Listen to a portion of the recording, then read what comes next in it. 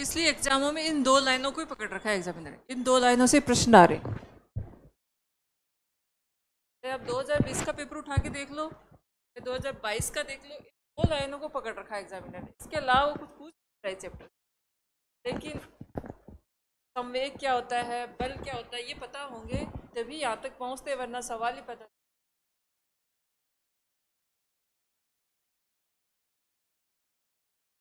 बस इन 2 लाइनों को पकड़ रखा है, इन्हीं पे जो है न्यूमेरिकल्स दे रहा है, इसके अलावा कुछ है ही नहीं उसके पास में। ले देखिए 2 ही है उसके पास में। देखो अपन न्यूटन की गति के नियम पढ़ रहे थे ना, पहला नियम पढ़ा, दूसरा पढ़ा और तीसरा, फिर एक लिखा था संवेग संरक्षण। तो संवेग जो है संरक्षण में m1 v1 बराबर m2 v2 ऐसा कुछ लिखा था ना। फिर एक आधा न्यूमेरिकल भी किया था, जो पिछली बार आया था, 2022 में पूछा गया था आपके फर्स्ट पेपर में, उसकी अपन ने बात करी थी। अब देखना यहाँ पे संवेग संरक्षण में 2 तरह की चीज आती है आपकी, यही आ रहा है एग्जाम में, क्योंकि न्यूमेरिकल यहीं से बनता है। और वो फिजिक्स में देखा जा रहा है कि न्यूमेरिकल ही दे रहा है। अब वो दिखने में तो बहुत विचित्र प्रकार का दिखता है, लेकिन उसको ध्यान से पढ़ोगे तो हर एक चीज आपको समझ में आती जाएगी, अगर क्लास में ध्यान से पढ़ा गया। वो द्रव्यमान का मान देता है, वेग का मान देता है, किसी एक वेग का पूछ लेता है। अब आपने पढ़ा था संवेग संरक्षण, यदि किसी वस्तु का द्रव्यमान m1 v1 है वह m2 v2 है, तो संवेग संरक्षण के अनुसार क्या होगा, m1 v1 बराबर है m2 v2। m वस्तु का द्रव्यमान, v वस्तु का वेग, m वस्तु का द्रव्यमान, v वस्तु का वेग। 1 लगा रहे हैं इसका मतलब है प्रारंभिक, और 2 लगा रहे हैं उसका मतलब है अंतिम। ये तो बड़ा सिंपल था, यहाँ तक आपने पढ़ा भी था। इस पे एक न्यूमेरिकल भी आपने किया था कि एक 40 किलोग्राम की जो लड़की है वो घर्षण रहित उस गाड़ी पे कूदती है, गाड़ी का द्रव्यमान जो है पूछा था ना वो पिछले, वो इसी से निकल गया था, इस फॉर्मूले से निकल गया था। बस वहां पे गड़बड़ बच्चों ने ये कर दी थी जिसने पढ़ के गए थे। हाँ, जो गाड़ी का द्रव्यमान था m2, वो 4 नहीं लिखना था, क्योंकि लड़की भी तो कूद रही ना उस पर, तो लड़की का भी तो जुड़ेगा। तो 40 + 4 44, जिसने m2 का मान 44 कर दिया था ना, उसका एकदम सही, फिर तो कुछ था ही नहीं, गुणा भागी था, अच्छे से समझा दिया था। अब मान लो कि ये देखना, ये एज इट इज पूछते हैं एग्जाम में। ये जो है ये लाइन लिखी हुई है, मैं पॉइंट डाल देती हूँ। पॉइंट नंबर 1, इससे न्यूमेरिकल कर लिया था अपन ने। पॉइंट नंबर 2, ये एज इट इज परीक्षा में पूछते हैं। यदि कोई 2 वस्तु कितनी हो, 2 है, तो उनके द्रव्यमान भी अलग अलग होंगे। तो उनके द्रव्यमान, दोनों वस्तुओं के, एक का द्रव्यमान m1 मान लिया और एक का क्या मान लिया, m2। अब देखना पेपर में मैं बता देती हूँ, ये टक्कर वाले प्रश्न बड़े आ रहे हैं। ये जो है टक्कर वाले प्रश्न बड़े आ रहे हैं, करेंगे अपन। लेकिन ये लाइन देखना, यदि 2 वस्तुएं दी गई है तथा दोनों वस्तुओं का टक्कर से पहले व टक्कर के पश्चात द्रव्यमान में वेग क्रमशः है। देखो टक्कर से पहले द्रव्यमान कितना वस्तु का, m1। टक्कर से पूर्व वेग कितना है, u1। दूसरी वस्तु का टक्कर से पहले द्रव्यमान कितना है और टक्कर से पहले वेग कितना है। ये तो 2 वस्तुओं के पहले तो एक की बात कर रहा था, m1 v1 बराबर है m2 v2। अब वस्तु की संख्या कितनी हो गई, 2 हो गई। तो यानी कि एक वस्तु का द्रव्यमान तो m1 मानेंगे और दूसरी वस्तु का द्रव्यमान क्या मानोगे, m2 मानोगे। दोनों वस्तु के द्रव्यमान मान लिया। अब उनका वेग भी तो होगा। अब ये कंडीशन देता है टक्कर से पहले वेग और टक्कर के बाद वेग। तो टक्कर से पहले वेग अपन ने मान लिया u1 और u2। टक्कर के पश्चात अपन ने वेग क्या मान लिया, v1 और v2।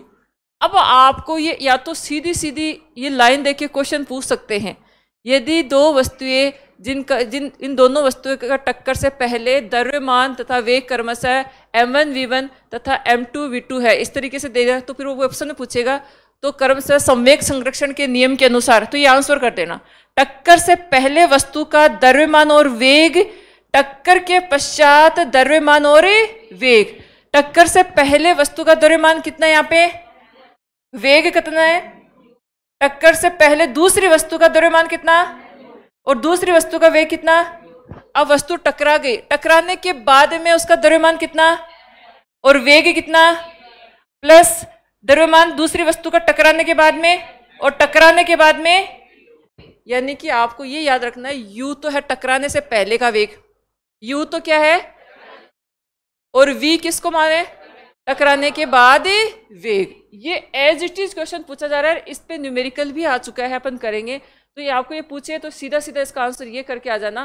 तो यहाँ पर टक्कर से पहले वस्तु का द्रव्यमान वेग बराबर टक्कर के पश्चात द्रव्यमान और वेग, ये दोनों बराबर होते हैं, और यही कौन सा कहलाता है, संवेग संरक्षण है, यही है। लेकिन यहाँ पर वस्तु कितनी है, एक, यहाँ पर वस्तु कितनी है, एक है, लेकिन यहाँ पर वस्तुओं की संख्या उसने कितनी कर दी, दो, तो द्रव्यमान भी दो हो गए और वेग भी कितने हो गए, दो। टक्कर से पहले का और टक्कर के बाद का। टक्कर से पहले का वेग को अपन किससे मान रहे हैं, u से, और टक्कर के बाद का v से मान रहे हैं। तो इसको लिखो, अभी सवाल करेंगे थोड़ा सा छोटा सा, ये दो लाइनें आ रही है बस पूरे चैप्टर में से, इन दो लाइनों को एग्जामिनर जो पकड़ के बैठे हैं इसमें से न्यूमेरिकल डालता है, और कई न्यूमेरिकल सीधे बनते हैं, कल पूछेगा तो आप सीधा सीधा कर दोगे। इन दो लाइनों को ही जो है एग्जाम घुमा रहा है एग्जाम में।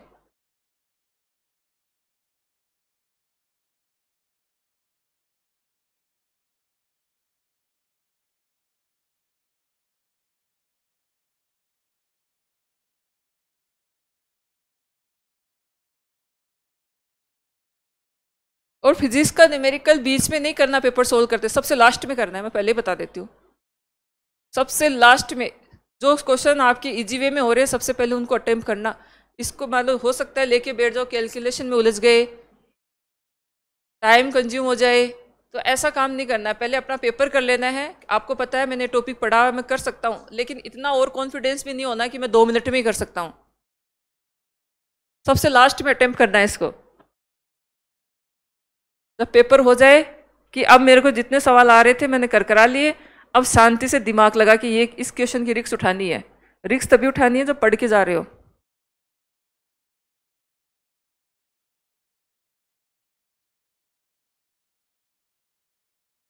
जो क्लास में कराया जा रहा है केवल संख्या बदलेगा, ये याद रखना, न्यूमेरिकल यही है उसके पास में, केवल संख्या ही चेंज कर देता है। जहाँ अपन 60 कर रहे हैं हो सकता है 70 लिख दे, 80 लिख दे, 20 लिख दे, केवल संख्या बदलेगा, बाकी पैटर्न वही है।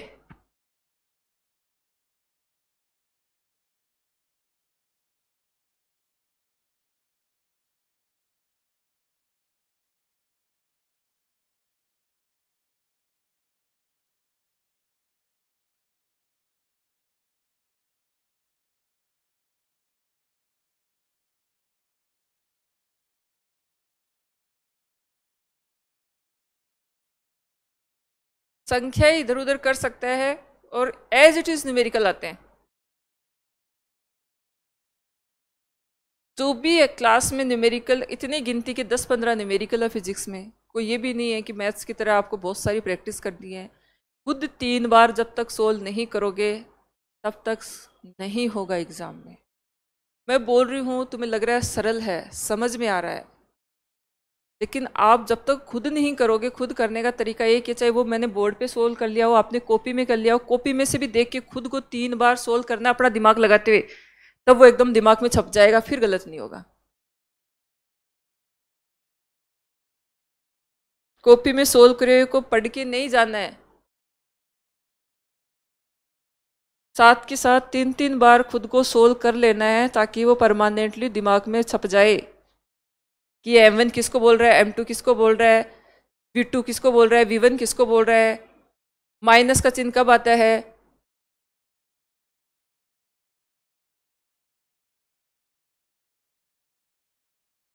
उससे तुम वैल्यू फिट करना सीख जाओगे, और यही है फिजिक्स में, वैल्यू अगर मान सही रखना सीख गए तो ये तो बिल्कुल सिंपल है, जोड़ बाकी गुणा भाग।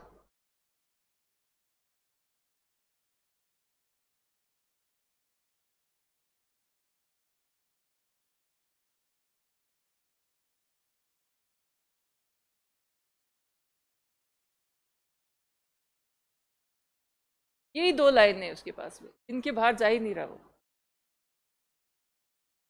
अब ये MV कहाँ से आया, अपने को पता है, संवेग से लाए थे अपन। संवेग का फॉर्मूला पढ़ा था, द्रव्यमान को यदि वेग से गुणा कर दिया जाए तो वो किसी वस्तु का क्या बन जाता है? संवेग बन जाता है।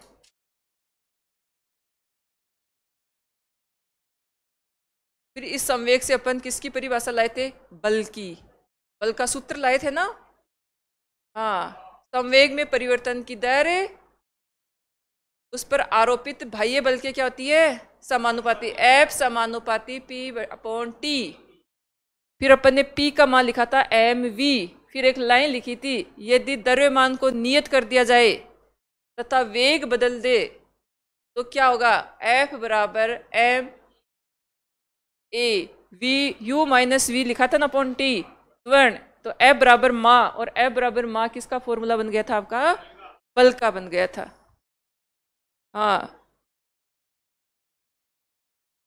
एग्जाम में याद रखना, वेग मीटर प्रति सेकंड में लिखा हुआ आएगा, आपको ग्राम को किस में लेके आना है? किलोग्राम में। और ग्राम को किलोग्राम में बदलने के लिए 1000 का भाग लेना।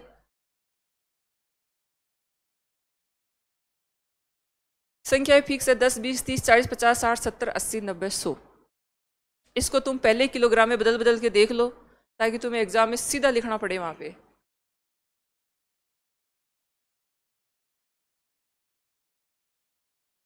भाई 10 ग्राम है तो उसको किलोग्राम में बदलेंगे तो क्या मान आएगा? 20 ग्राम है उसको किलोग्राम में बदलेंगे तो क्या मान आएगा? अगर 30 ग्राम दे रखा उसको ग्राम में कन्वर्ट करेंगे तो कितनी वैल्यू आएगी? 40 ग्राम है तो उसको किलोग्राम में कितना आएगा? 50 ग्राम का किलोग्राम में कितना आएगा? 60 का कितना आएगा? 70, 80, 90, सब में 1000 का भाग देते चले जाना है। एक बार कॉपी में करके देख लिया तो एग्जाम में बदलने की जरूरत ही नहीं आएगी, याद रहता अपने आप ही। फिर ये आपकी मैथ्स में भी बहुत काम आते हैं।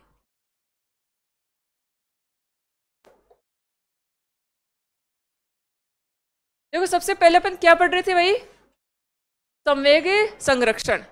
संवेग संरक्षण में पहली 2 कंडीशन लिखी अपन ने, इस पे तो अपन ने न्यूमेरिकल भी कर लिया था। यदि किसी वस्तु का द्रव्यमान m1 v1 व m2 v2 है तो संवेग संरक्षण के अनुसार m1 v1 किसके बराबर होगा?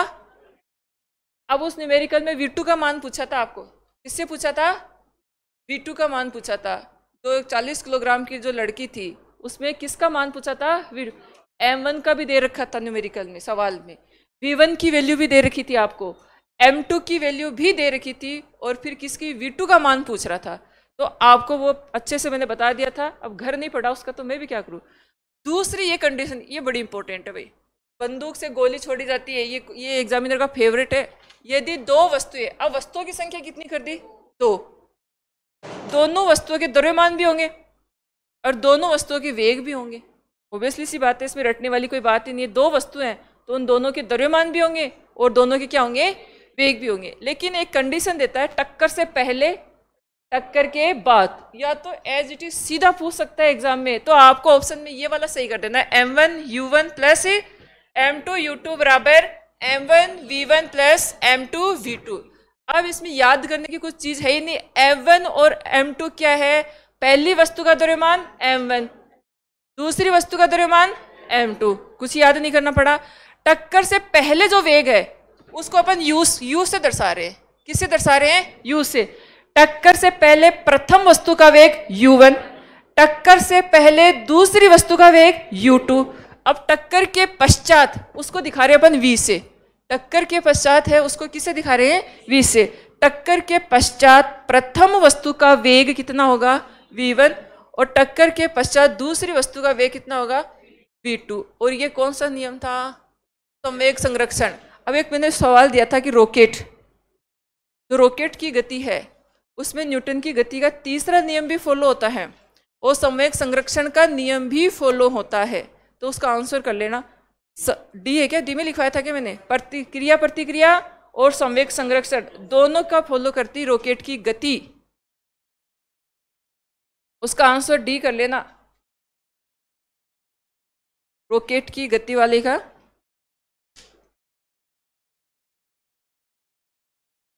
अब जैसे कई बार ऐसे सीधा सीधा भी पूछ लेते हैं बिल्कुल से इजी टू, कि रॉकेट जो है, रॉकेट की गति कौन से नियम का पालन करती है?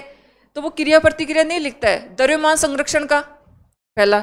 ऊर्जा संरक्षण का, संवेग संरक्षण का, उष्मा संरक्षण का, है ना। तो सीधा सीधा पूछ लेते तो आप उसका उत्तर क्या करोगे? संवेग संरक्षण का पालन करता है। संवेग संरक्षण का क्या है? यानी कि रॉकेट वाले जो प्रश्न आएंगे उसमें ये फॉर्मूला लगेगा आपका। सीधी सीधी बात ये, अगर कोई रॉकेट से संबंधित प्रश्न आ रहा है तो सीधा सीधा फॉर्मूला लगेगा m1v1 बराबर m2v2 वाला लगेगा।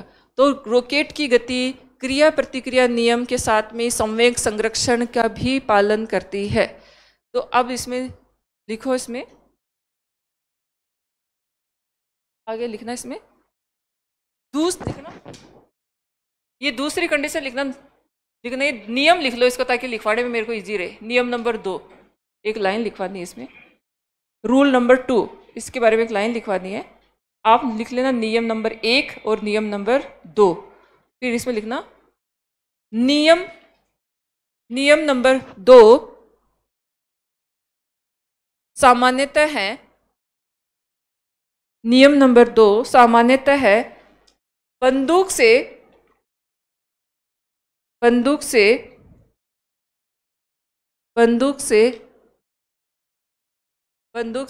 गोली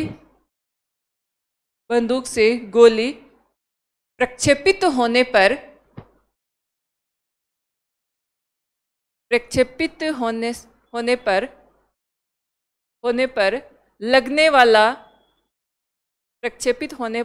लगने वाला नियम है।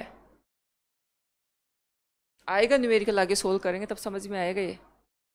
अब देखो इसमें दो चीज आ गई, बंदूक और गोली, दो वस्तु हो गई ना, बंदूक हो गई और एक क्या हो गई? तो बंदूक का द्रव्यमान m1, गोली का द्रव्यमान m2। अब चलाने से पहले उसका वेग 0 होगा भाई, चलाने से पहले वेग कितना होगा? और चलाने के बाद का वेग वो दे के रखेगा एग्जाम में, चलाने के बाद का तो वेग वो दे के रखेगा। चलाने से पहले वेग कितना है भाई? जब बंदूक से गोली निकलेगी जब भी तो वेग होगा, जब गोली बंदूक के अंदर है तो वेग कितना है? तो इसका मतलब बंदूक से जब गोली निकलती है उससे पहले वेग का मान कितना हो गया? तो इसका मतलब यहाँ पर मान लो किसी बंदूक का द्रव्यमान मैं 10 दे दूँ, अभी कुछ नहीं करना, आपकी न्यूमेरिकल कराऊंगी मैं, एक जनरल अप्रोच की बात कर रही हूँ कि बंदूक है उसका द्रव्यमान कितना है? 10 किलोग्राम है। अब वो कह रही हूँ कि ये जो है गोली चलने से पहले, तो अब इसका वेग क्या होगा? 0। किसी भी वस्तु को, किसी भी जो आपकी संख्या दे रखी है उसको 0 से गुणा करते तो क्या आएगा? तो अपने आप ही ये वैल्यू क्या हो जाएगी? 0 हो जाएगी। तो न्यूमेरिकल कितना इजी हो गया, ये पहली आपकी सारी की सारी क्या हो जाएगी? 0 हो जाएगी। अभी आगे करेंगे। तो बंदूक से गोली निकलने से पहले उसका वेग क्या होता है? 0 होता है। अब आप थोड़ा सा कॉमन सेंस रखो कि m1 मान लो 10, 20, 30, 40 कुछ भी दे रखो, बंदूक का द्रव्यमान, उसका प्रारंभ में वेग 0 है, तो किसी भी संख्या को 0 से गुणा करते हैं तो क्या आएगा? तो ये वैल्यू तो अपने आप ही क्या बन जाएगी सवाल में। अब काम यही आएगी आगे, अपन बताएंगे, इसको करेंगे सोल्व, लेकिन उससे पहले चैप्टर पूरा करेंगे। और हेडिंग डालो एक छोटा सा और है, गुरुत्वाकर्षण बल। न्यूटन, ये भी न्यूटन ने दिया था, ऐसे लिखो न्यूटन का गुरुत्वाकर्षण बल, ये भी न्यूटन ने दिया था। न्यूटन नहीं होता तो क्या होता? फिजिक्स नहीं होती।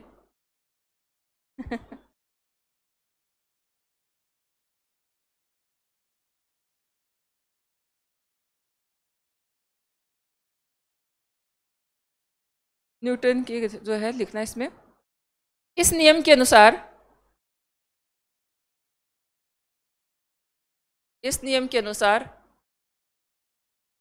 ब्रह्मांड का हर पिंड, इस नियम के अनुसार ब्रह्मांड का हर पिंड एक दूसरे को आकर्षित करते हैं। ब्रह्मांड का हर पिंड एक दूसरे को आकर्षित करते हैं, एक दूसरे को आकर्षित करते हैं। यह आकर्षण बल, यह आकर्षण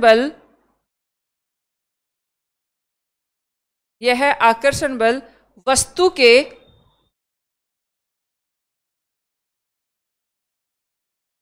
के द्रव्यमान द्रव्यमान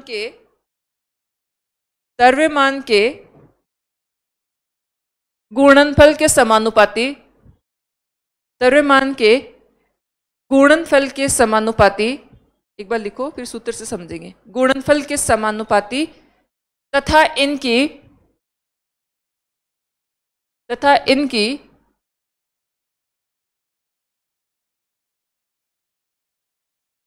बीच की दूरी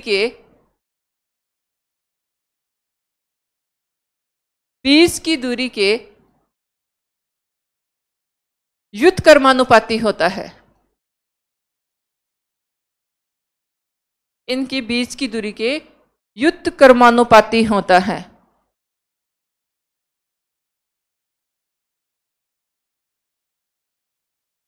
व्युत्क्रमानुपाती होता है। जैसे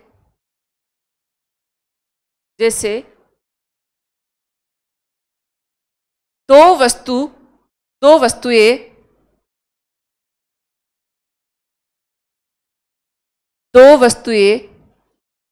जिनका द्रव्यमान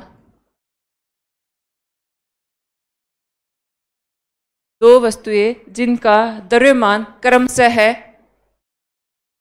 m1 तथा m2 है।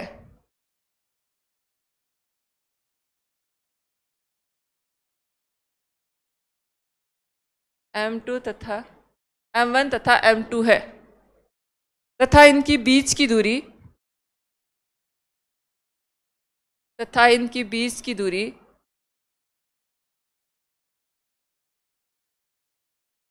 r है।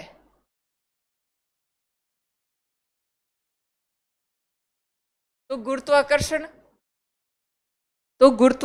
बल के अनुसार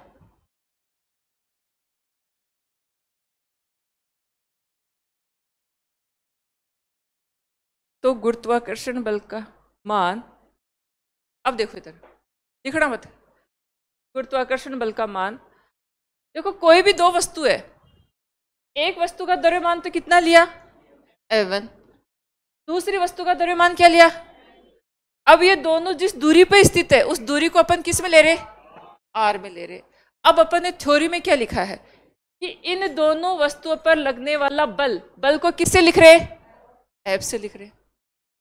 लगने वाला बल द्रव्यमान के गुणनफल के समानुपाती, किसके गुणनफल के समानुपाती, और द्रव्यमान कितने अपने पास में 2, क्योंकि वस्तु कितनी है 2, पहली वस्तु का द्रव्यमान और दूसरी का, तो वस्तु के द्रव्यमान के गुणनफल के समानुपाती तथा उनकी दूरी के क्या होता है, व्युत्क्रमानुपाती होता है। ये लिखा थ्योरी में। अब दूरी का इसमें r स्क्वायर, r क्या है यहाँ पे दूरी, इनकी बीच की क्या है दूरी। अब देखो ना यहाँ पे अपन ने लिखा F समानुपाती, अपने पास में सूत्र आया, इस सूत्र से वो थ्योरिकल लाइन अपने सूत्र को देख के बता सकते हैं, वो थ्योरेटिकल लाइन याद करने की आवश्यकता नहीं है। F समानुपाती m1 m2 upon r square. कोई भी दो वस्तु हैं जिनका द्रव्यमान, पहली वस्तु का द्रव्यमान m1, दूसरी वस्तु का द्रव्यमान है, दोनों वस्तुओं के बीच की दूरी r है। अब ये जो बल है गुरुत्वाकर्षण बल m1 m2 के गुणनफल के समानुपाती और उनके बीच की दूरी के क्या होता है, व्युत्क्रमानुपाती। इस समानुपाती स्थिरांक को हटाया अपन ने, इसको क्या लिखा जी, इसको गुरुत्वाकर्षण स्थिरांक कहते हैं। इसको क्या कहते हैं, इसका कई बार तो सीधा परीक्षा में मान ही पूछ लेते हैं, गुरुत्वाकर्षण स्थिरांक। और कोई भी, मैंने कल भी जब भी क्लास हुई थी बताई थी, कोई भी स्थिरांक होती है उसकी वैल्यू फिक्स होती है।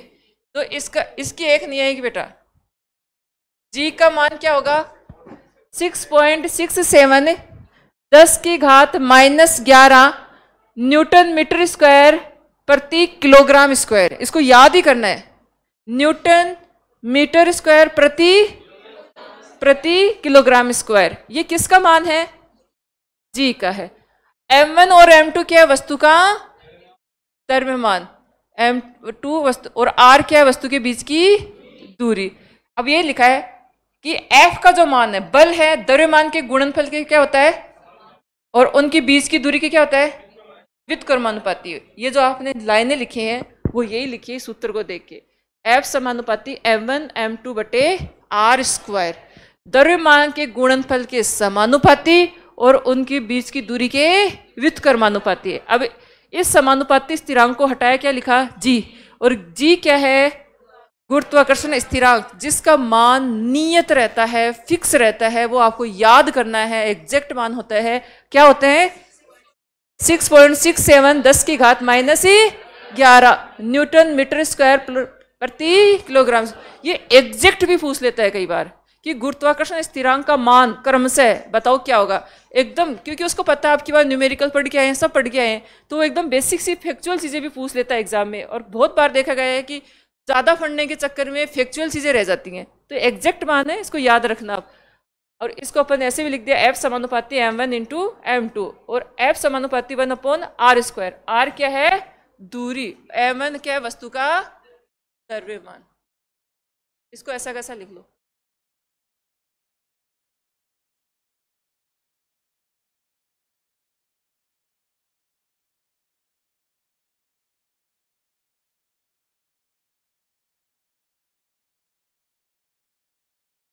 एज इट इज भी पूछ लेते हैं कई बार, जी का गुरुत्वाकर्षण स्थिरांक का मान है भाई, हाँ इसको यहीं याद कर लो क्लास में, 6.67 10⁻11 न्यूटन मीटर स्क्वायर प्रति किलोग्राम स्क्वायर।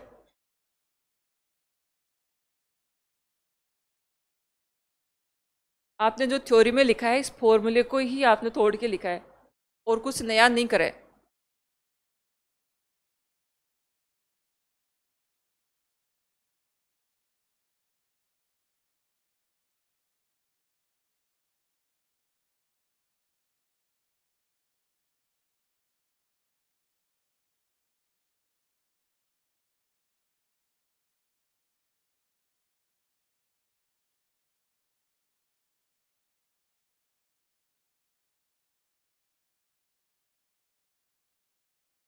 अब वो पूछा हुआ सवाल है, यदि पृथ्वी की त्रिज्या 1% घटा दी जाए तो गुरुत्वाकर्षण बढ़ेगा, घटेगा, अपरिवर्तित रहेगा। त्रिज्या मतलब रेडियस, दूरी की बात कर रहा है। हाँ ऐसे भी लिख सकते हो, हाँ सीधा सीधा उसने, उसमें आधार ये भी नहीं दे, बहुत इजी पूछा हुआ है, परिवर्तित होगा, अपरिवर्तित होगा।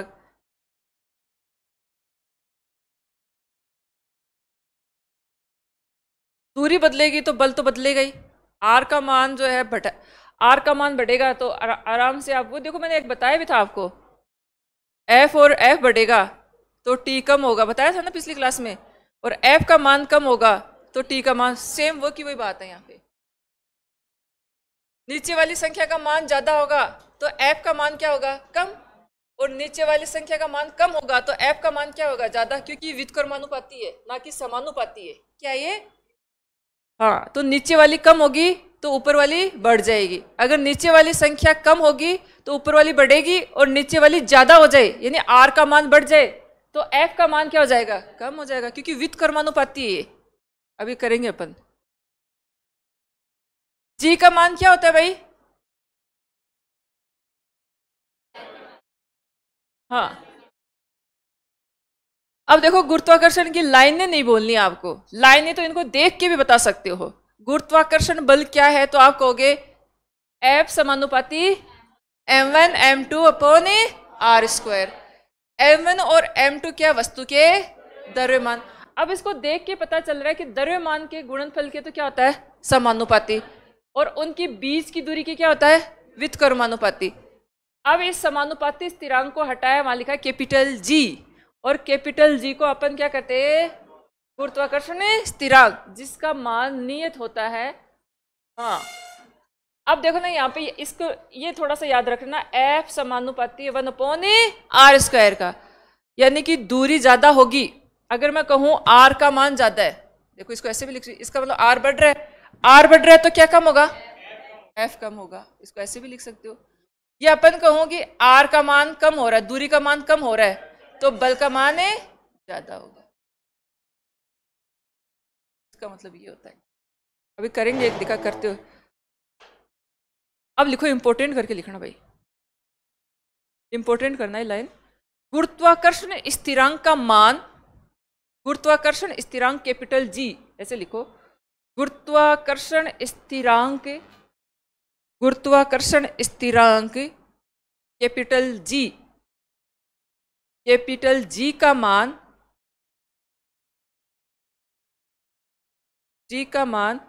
वस्तु की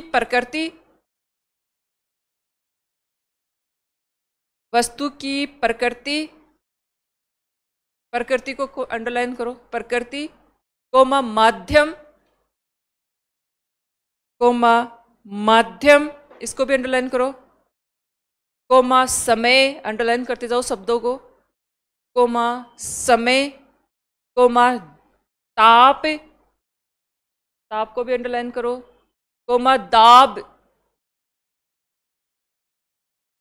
दाब पर निर्भर नहीं करता, ताप पर निर्भर नहीं करता। इस लाइन को दोबारा पढ़ो, क्या लिखवाया है इसमें से। बहुत सिंपल सा सवाल बनता है लेकिन देखने में टिपिकल लगता है। गुरुत्वाकर्षण जी का मान किस पर निर्भर नहीं करता भाई?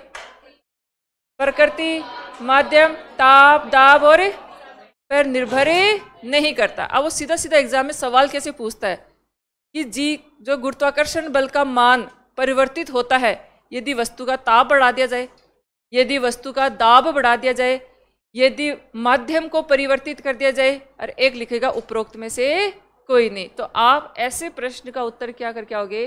उपरोक्त में से कोई नहीं, क्योंकि ना ताप, दाब, समय, प्रकृति और माध्यम इन पर जी का मान निर्भर नहीं करता है। तो आप वहां पे बेवकूफ नहीं बनना है, आपको उपरोक्त में से कोई नहीं करना है। अब लिखो इसमें से, लिखना न्यूटन की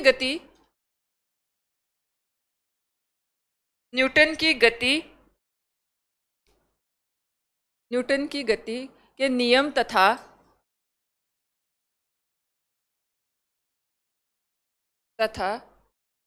गुरुत्वाकर्षण बल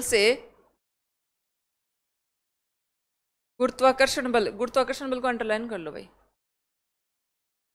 गुरुत्वाकर्षण बल से एक शब्द लिखो, फिर लिखते हैं इसके बारे में। गुरुत्वीय त्वरण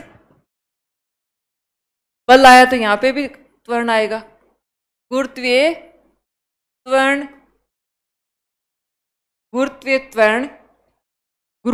त्वरण अंडरलाइन करना शब्द को। गुरुत्वीय त्वरण ज्ञात किया जा सकता है।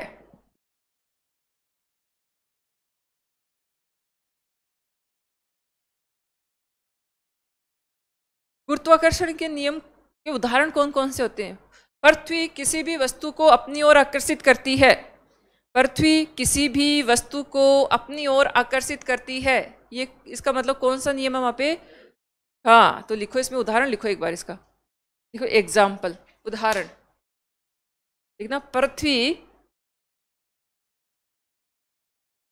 किसी भी वस्तु को अपनी ओर आकर्षित करती है। अब वो आप पढ़ते हो ना बचपन से, न्यूटन ने देखा एप्पल नीचे ही क्यों गिर रहा है? क्योंकि पृथ्वी उसको अपने ओर आकर्षित कर रही है, इसलिए वो नीचे गिरा। ऊपर जाता है क्या एप्पल? वो नीचे ही गिर रहा है। वो नीचे क्यों गिर रहा है? गुरुत्वाकर्षण है। तो पृथ्वी अपनी तरफ जिन वस्तुओं को आकर्षित कर रही है, इसका मतलब वहां पर सीधा सीधा नियम कौन सा लग रहा है? पृथ्वी किसके चारों ओर चक्कर लगाती है? यहां पे भी कौन सा नियम? हाँ, तो लिखो इसको, इंपॉर्टेंट करना। पृथ्वी सूर्य के चारों ओर घूमती है।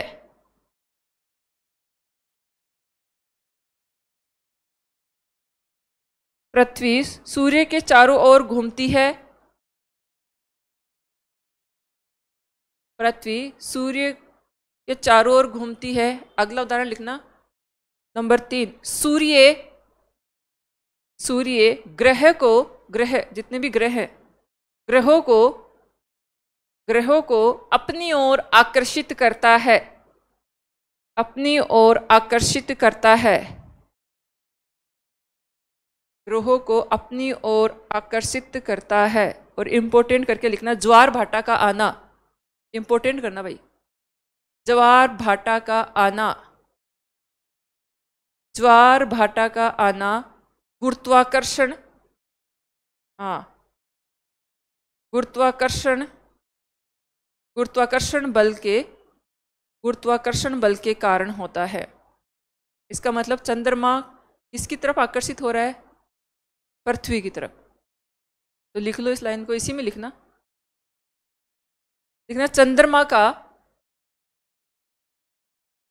चंद्रमा का पृथ्वी की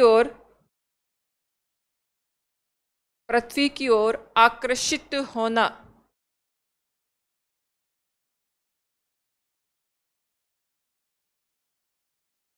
पृथ्वी की ओर आकर्षित होना, ये सारे किसके उदाहरण है भाई? हाँ, ग्रेविटेशनल फोर्स के हैं। कोई भी वस्तु, अब देखो इस पेन को मैं गिराती हूँ तो ये नीचे जाता है, ना कि ऊपर जा रहा है। इसका मतलब यहाँ पे जो फोर्स काम कर रहा है वो कौन सा है? ग्रेविटेशनल फोर्स या गुरुत्वाकर्षण। कोई भी पृथ्वी किसी भी वस्तु को अपनी ओर आकर्षित कर रही है, इसका मतलब कौन सा बल लग रहा है वहाँ पे? तो आपने छोटी क्लासों में पढ़ा है कि एप्पल जो है नीचे ही गिरता है, ऊपर क्यों नहीं गिरता? तो वहाँ पे गुरुत्वाकर्षण बल हमेशा किधर कार्य करता है? नीचे की तरफ कार्य करता है। दूसरा, ज्वार भाटा का आना, ये इंपॉर्टेंट है। ज्वार भाटा का आना ये गुरुत्वाकर्षण नियम के अनुसार होता है। इसका मतलब जो आपका चंद्रमा है वो किसकी ओर आकर्षित होता है? पृथ्वी की ओर। सूर्य जो है, जितने भी ग्रह हैं उनको अपनी ओर आकर्षित करता है, वो भी किसके कारण है? और पृथ्वी सूर्य के चारों ओर घूमती है, वो भी किसके कारण है? गुरुत्वाकर्षण बल के कारण। अब हेडिंग डालो गुरुत्वीय त्वरण।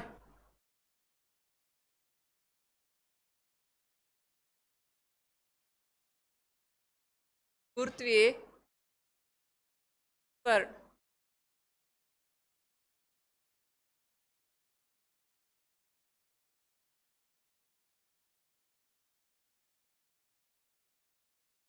इसमें लिखना गुरुत्वीय त्वरण को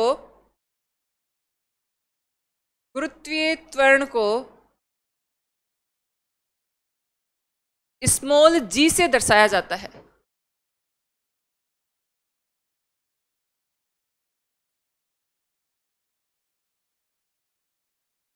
गुरुत्वीय त्वरण को स्मॉल जी से दर्शाया जाता है, जिसका मान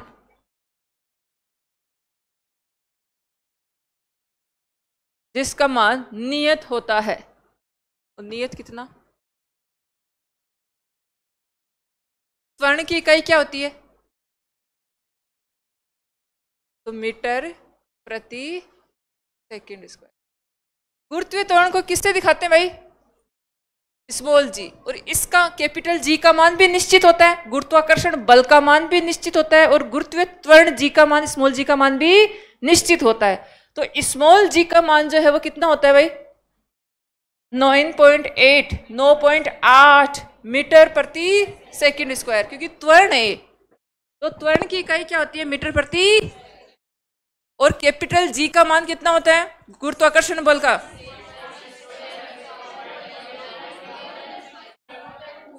हाँ, बिल्कुल सही। तो यहाँ पे जी, तो स्मॉल जी तो क्या है? गुरुत्वीय त्वरण है। इसका फॉर्मूला लिख लेना।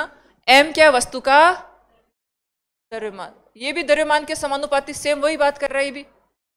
द्रव्यमान, m वस्तु का द्रव्यमान, और r क्या है? वस्तु के बीच की दूरी। और g का आपको पता ही है, सूत्र याद रखना भाई। गुरुत्वाकर्षण स्थिरांक, इसको कैपिटल जी से दिखाते हो आप। इसकी भी वैल्यू नियत जो आप मुझे बता रहे हो, बिल्कुल सही।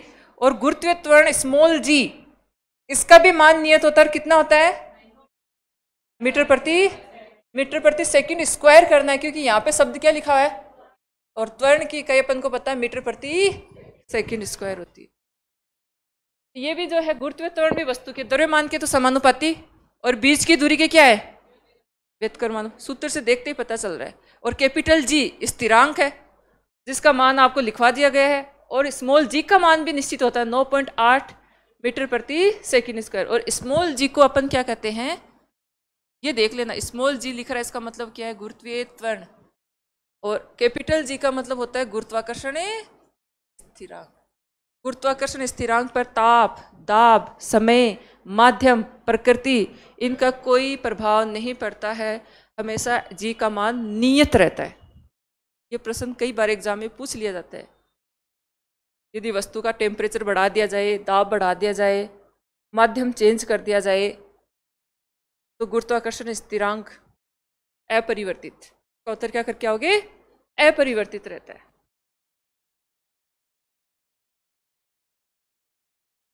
न्यूटन ने गति के नियम कौन सी बुक में लिखे थे भाई? हाँ, कौन से सर ने पूछ लिया? बता दिया।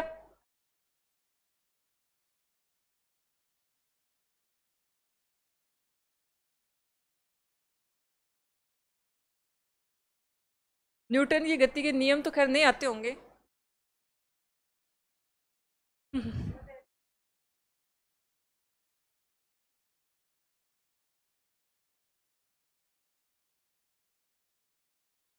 अब देखो, ये निश्चित मान वाली जरूर याद रखना भाई। कई बार क्या सीधा ही पूछ लेते हैं, एग्जाम की कोई मंशा नहीं होती कि पेपर फिजिक्स का सवाल मैं टिपिकली बनाऊं। कई बार इजी भी दे देता है, कोई जरूरी नहीं है कि न्यूमेरिकली दे।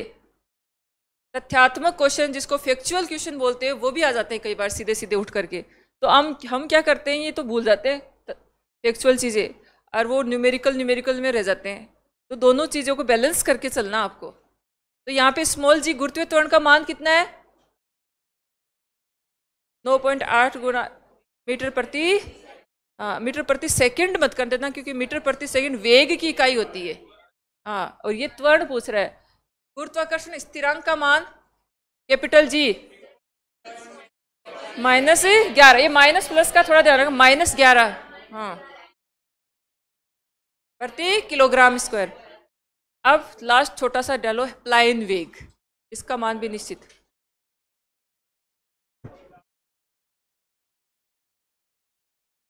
प्लाइन वेग लास्ट है इसका, और फिर अपन थोड़े न्यूमेरिक सोल्व करते हैं, एग्जाम में सवाल कैसे आते हैं। प्लाइन वेग, प्लाइन वेग,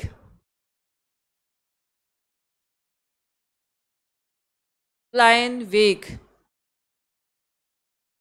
इसका मान भी निश्चित होता है, लिखेंगे अभी। प्लाइन वेग वह न्यूनतम वेग, वह न्यूनतम वेग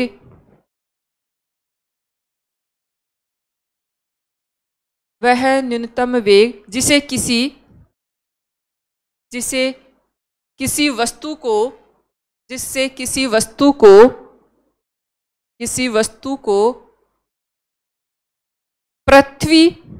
पृथ्वी से ऊपर फेंकने पर, पृथ्वी से ऊपर फेंकने पर वह गुरुत्वीय क्षेत्र को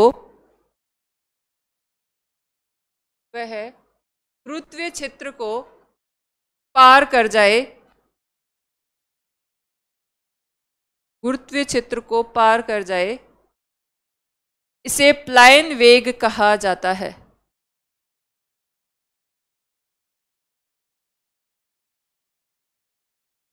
इसे प्लाइन वेग कहा जाता है। अच्छा, अंतरिक्ष में गुरुत्वाकर्षण बल लगता है क्या? नहीं लगता। इसका मतलब अपन कोई वस्तु को ऐसे फेंके कि वापस पृथ्वी पर नहीं लौट के आई हो, इसका मतलब वो पृथ्वी पर नहीं आ रही है, इसका मतलब गुरुत्वीय क्षेत्र समाप्त हो गया भाई, गुरुत्वाकर्षण का कोई लेना देना नहीं है। उस वेग को क्या कहते हैं?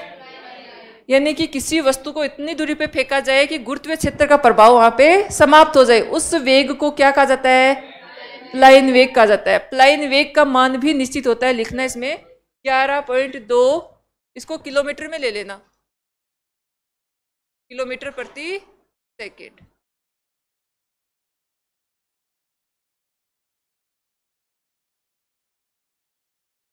इतनी मीटर पे तो जो है आपको ऑब्वियसली बात है, ऐसी ऊंचाई पे तो मीटर 200, 300, 400 मीटर पे तो समाप्त होगा भी नहीं, इसीलिए यहाँ पे क्या लिखा मैंने? किलोमीटर।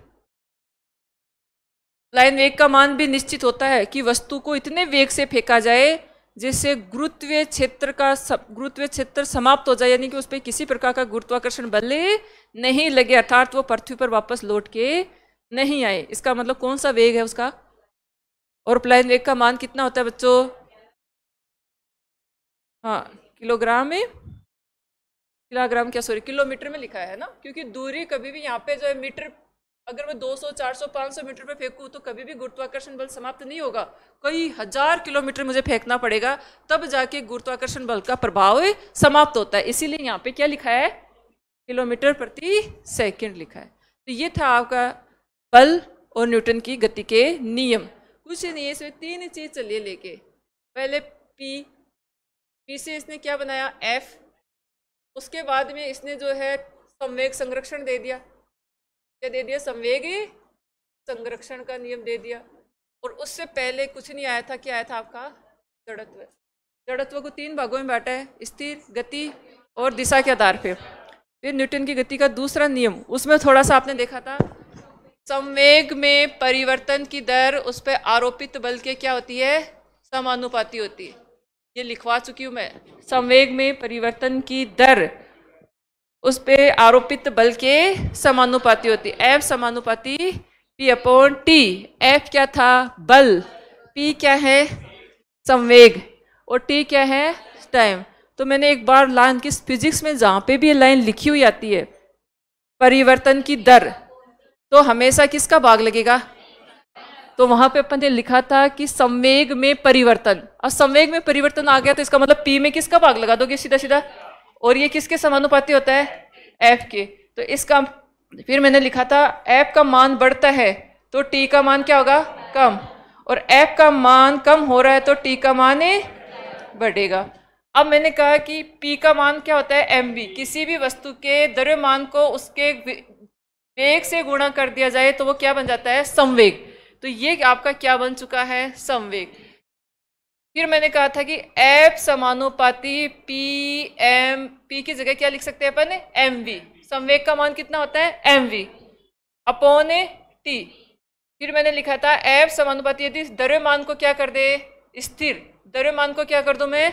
स्थिर। और वेग बदल जाए, पहले वेग u है, फिर कितना हो गया? वेग v। पहले प्रारंभिक वेग u और अंतिम वेग v और अपॉन t। तो F समानुपाती m, और ये किसका मान आ गया? किसका? त्वरण का a। और ये F बराबर ma। इसीलिए कहते हैं कि बल का जो सूत्र है वो कौन ज्ञात करता है? न्यूटन की गति का दूसरा। आपको ये सब याद नहीं रखना है, ये मेरा था कि बना कैसे वो मुझे बताना जरूरी था क्लास में। आप तो ये भी याद रख लोगे ना F बराबर मा, तब भी आपका काम हो जाएगा। लेकिन आपको ये पता होना चाहिए कि त्वरण क्या होता है। फिर त्वरण की परिभाषा लिखी थी, वेग में परिवर्तन की दर। वेग में परिवर्तन की दर क्या कहलाता है? आपका त्वरण कहलाता है। क्या कहलाता है? त्वरण। अगर त्वरण का मान माइनस में आता है तो उसको कहते हैं रिटार्डेशन या मंदन कहा जाता है। त्वरण की इकाई आप मुझे बहुत अच्छे से बता रहे हो सारे लोग, मीटर प्रति सेकेंड स्क्वायर। और वेग की वैल्यू आप मुझे बता रहे हो मीटर प्रति सेकेंड मुझे बता रहे हो। उसके बाद में अपन ने पढ़ा था क्रिया प्रतिक्रिया का। बंदूक से गोली का निकलना, रॉकेट की गति, नाविक जो है नाव से कूदता है, तो वो सारे क्रिया प्रतिक्रिया। 2 समान बल लगेंगे लेकिन दोनों एक दूसरे के विपरीत। क्रिया बल धनात्मक होगा तो प्रतिक्रिया ऋणात्मक होगा। तो 2 बल लगेंगे, समान लगेंगे लेकिन विपरीत लगेंगे एक दूसरे। एक धनात्मक होगा और एक ऋणात्मक। और इसे क्या कहते हैं? क्रिया प्रतिक्रिया का नियम। और इन तीनों को लिखने के लिए उसने एक बुक लिखी थी, और उस बुक का नाम आप मुझे बता से। हाँ, उसके बाद में संवेग संरक्षण, इसको पकड़ रखा है एग्जाम में।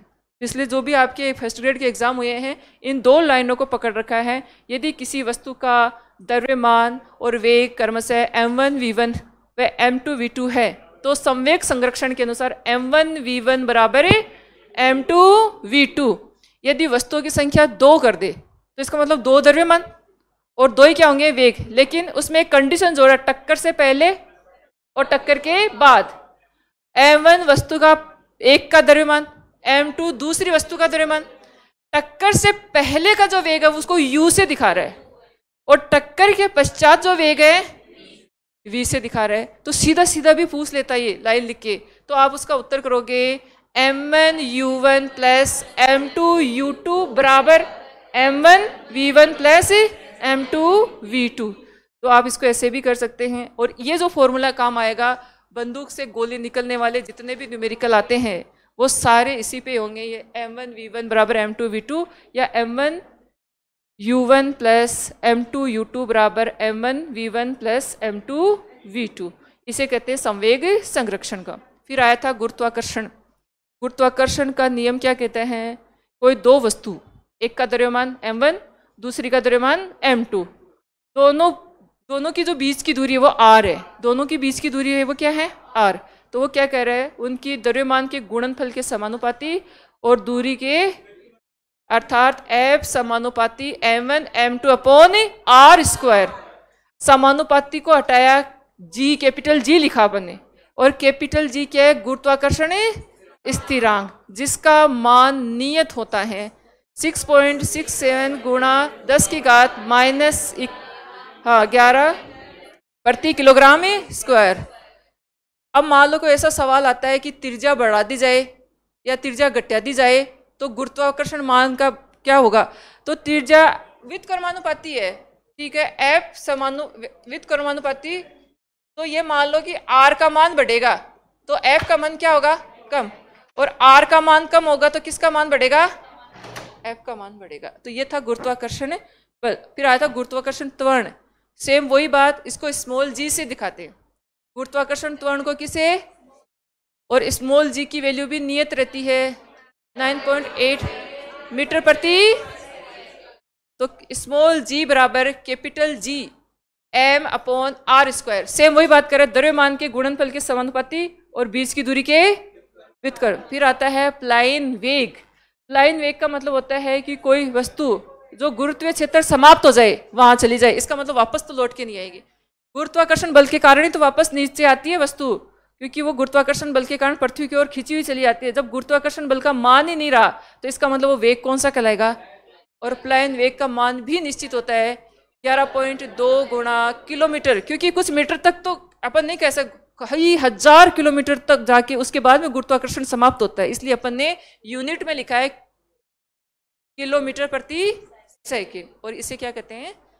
और गुरुत्वाकर्षण G का मान नियत रहता है। ताप चाहे समय की बात करें चाहे माध्यम की बात करें, हमेशा गुरुत्वाकर्षण स्थिरांक का मान क्या रहता है? 0 तो नहीं लिखेंगे, नियत 6.67 ही रहेगा भाई। 0 भी देगा वो, क्योंकि उसको पता है ऐसे विद्यार्थी भी है जो 0 करेंगे।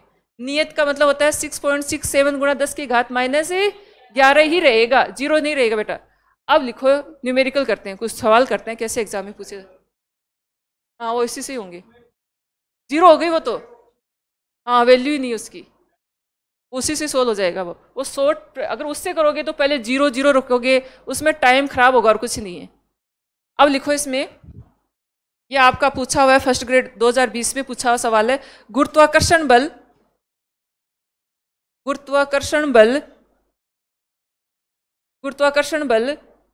सूर्य पृथ्वी को आकर्षित करती है।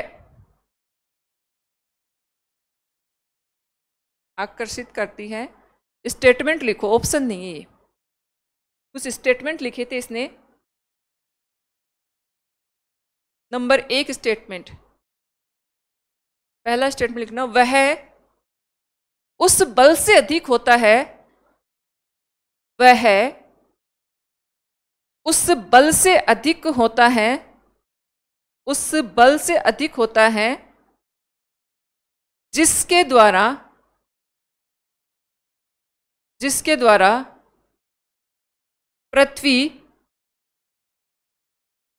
पृथ्वी सूर्य को आकर्षित करती है। पृथ्वी सूर्य को आकर्षित करती है।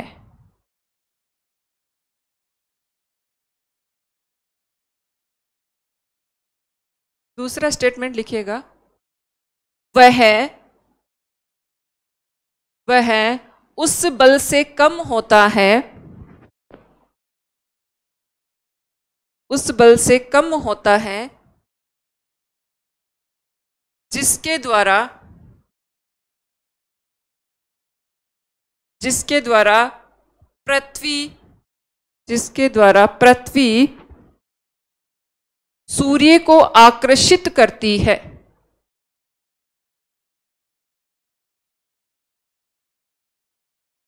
पृथ्वी सूर्य को आकर्षित करती है।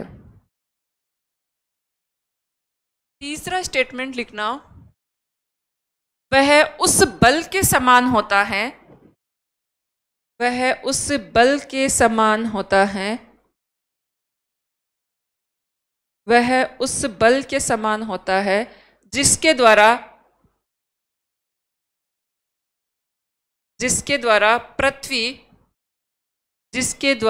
पृथ्वी सूर्य को आकर्षित करती है,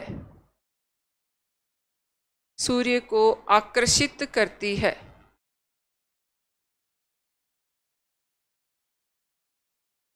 सूर्य को आकर्षित करती है। चौथा स्टेटमेंट लिखना, वह बल, चौथा स्टेटमेंट लिखना भाई, वह बल दोनों के बीच की दूरी के अनुसार परिवर्तित होता है। बीच की दूरी के अनुसार परिवर्तित होता है।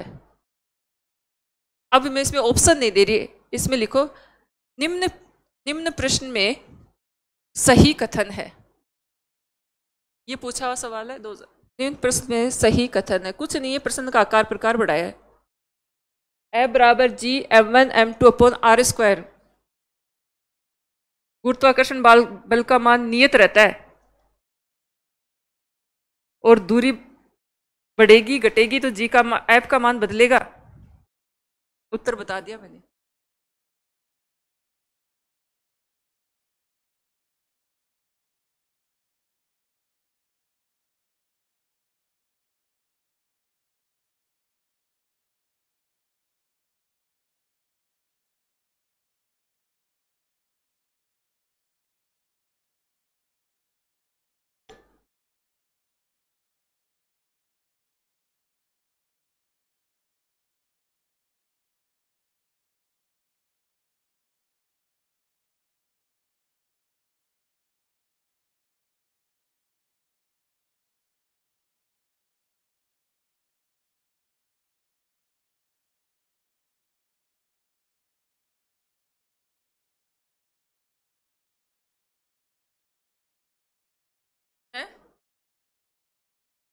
ऑप्शन दूं? चलो लिखो ऑप्शन। ऑप्शन नंबर 1 पहला दूसरा स्टेटमेंट 1 2 1,2। हाँ सही, पहला ऑप्शन लिखना 1,2। दूसरा लिखना 2,3। दूसरा और तीसरा सही, 2,3। चौथा लिखना 2,4 और चौथा लिखना 3 और 4।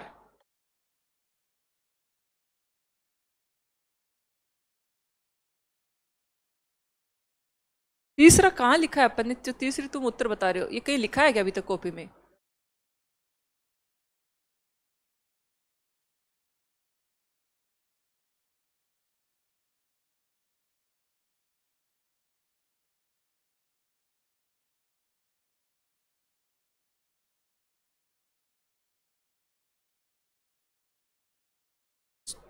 तो हो गए अपने।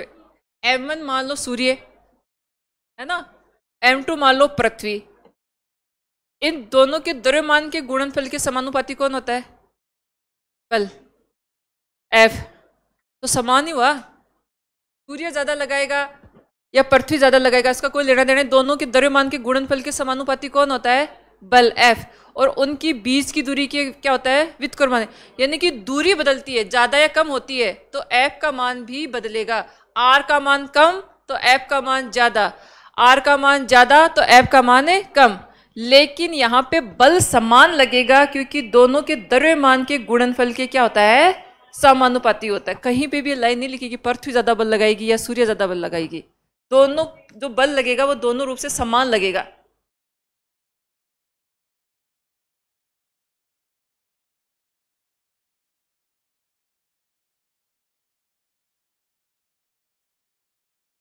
पृथ्वी उसके चारों ओर तभी तो चक्कर लगाती है। आपने क्या लिखा है? इसको सूर्य, वो पृथ्वी कर लेना उसकी जगह, सूर्य और पृथ्वी जो है ना।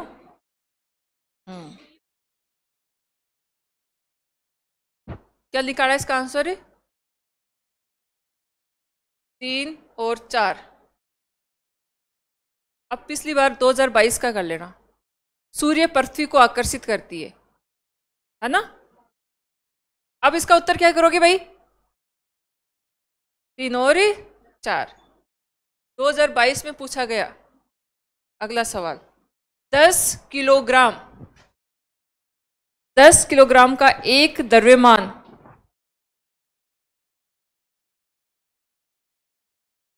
10 किलोग्राम का एक द्रव्यमान किसी टेबल पर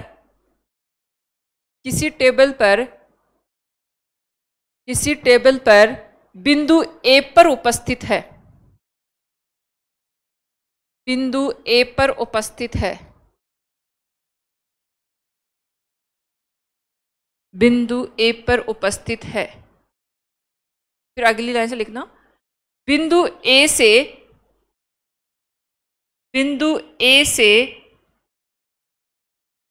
2 मीटर दूरी पर 2 मीटर दूरी पर बिंदु बी तक खिसकाया जाता है।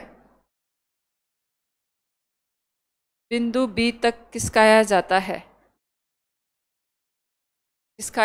है यदि, यहां से उत्तर निकाल दोगे अब, यदि बिंदु ए कोमा बी दोनों क्षैतिज रूप से उपस्थित है। दोनों क्षैतिज रूप से उपस्थित है। क्षैतिज रूप से उपस्थित है तो गुरुत्वीय बल द्वारा किया गया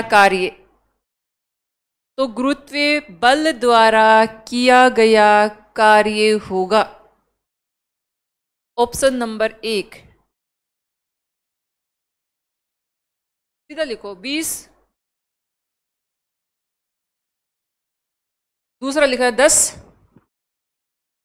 तीसरा लिखना 5 और चौथा लिखना 0। ट्रिकी सवाल है एकदम, कॉमन सेंस काम में लिया, 1 सेकंड में आंसर आ गया।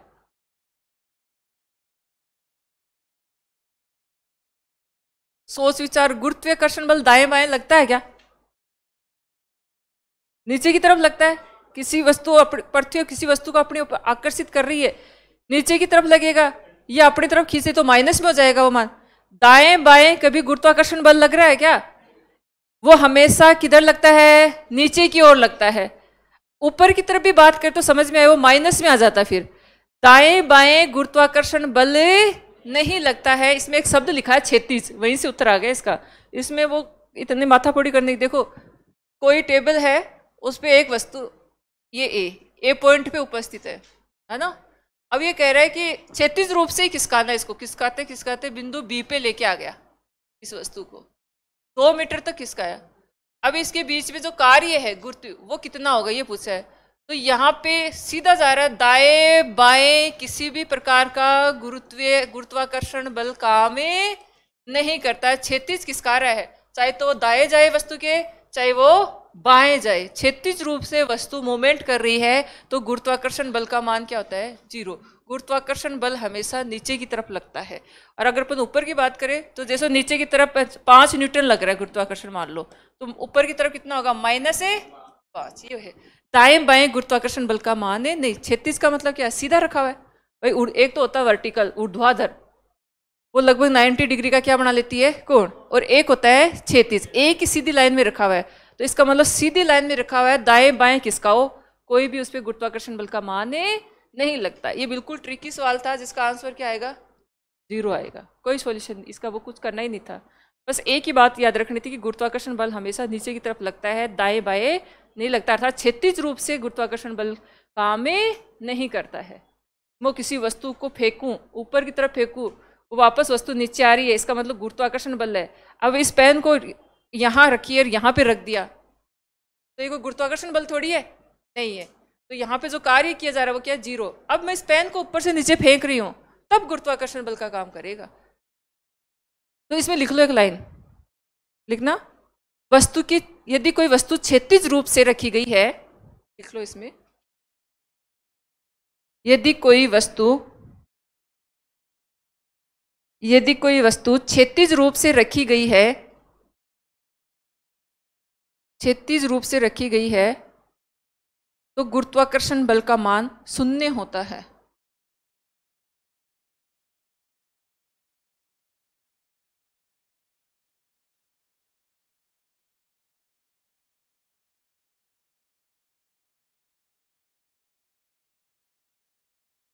शून्य हो जाता है।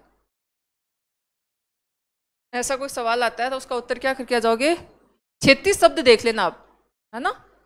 अगला क्वेश्चन, ये RS फ्री में पूछा हुआ है, लिखो, पृथ्वी व सूर्य के बीच की दूरी, पृथ्वी व सूर्य के बीच की दूरी वर्तमान दूरी की,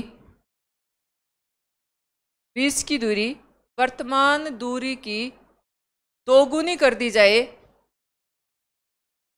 वर्तमान दूरी की दोगुनी कर दी जाए,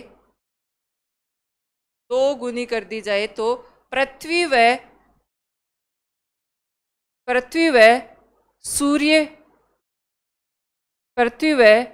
सूर्य के मध्य गुरुत्वाकर्षण बल का मान होगा।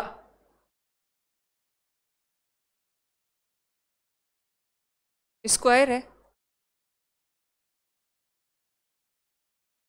ऑप्शन नंबर 1 पहले की अपेक्षा आधा, ऑप्शन देखो फिर आंसर निकालना, पहले की अपेक्षा आधा। ऑप्शन नंबर ए पहले की अपेक्षा आधा। ऑप्शन नंबर 2 पहले की अपेक्षा 2 गुना, पहले की अपेक्षा 2 गुना। ऑप्शन नंबर 3 पहले की अपेक्षा 1/4, पहले की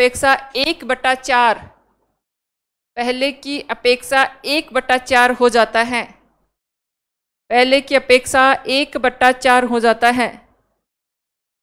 ऑप्शन नंबर 4 पहले की अपेक्षा 4 गुना हो जाता है। तुम खुद करोगे इसको, मैं नहीं बता रही, मैंने बहुत बार बता दिया इसको। एफ बढ़ेगा, आर कम होगा, आर कम होगा, एफ बढ़ेगा। आपके पास सूत्र वही है, एफ समानुपाती G(m1m2/r²। कोई द्रव्यमान के मान ही नहीं दे रखे उसने, जो आपको गुणा भाग करना, इतना कुछ करना ही नहीं, द्रव्यमान दे नहीं रखा आपको। m1 की जगह m1 रख दो, m2 की जगह m2 रख दो, r का मान दे दिया। पहले r का मान कितना था, r, अब कर दिया उसको 2 गुना कर दिया, 2r का क्या हो जाएगा, स्क्वायर। f समानुपाती 1/r² के, f समानुपाती 1/2r² के, f समानुपाती 1/4। अरे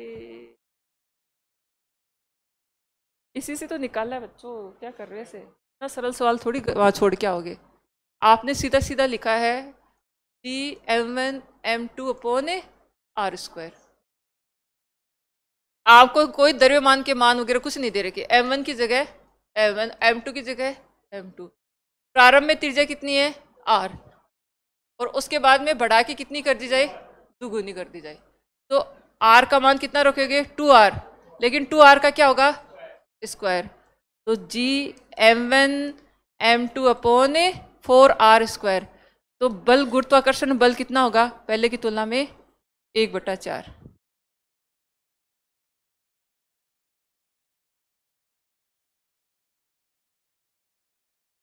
खुद करो इसको, जब तक 3 बार खुद नहीं करोगे नहीं होगा सही। अब बट्टे में कैसे है, ये धांधली चल रही है तुम्हारे दिमाग में, है ना, 1/4 कैसे आया। अरे तो सूत्र देखो, ये मैंने लिखा है ना आपको, ये देखो, ये एफ समानुपाती 1/r² के, देखो आप पीछे लिखवाया अभी जस्ट। तो त्रिज्या डबल कर दी, आर की जगह क्या कर दी 2r, लेकिन 2r का क्या करना है, स्क्वायर करना है, इसी में तो मान रखा है, और कुछ करा ही नहीं उसने।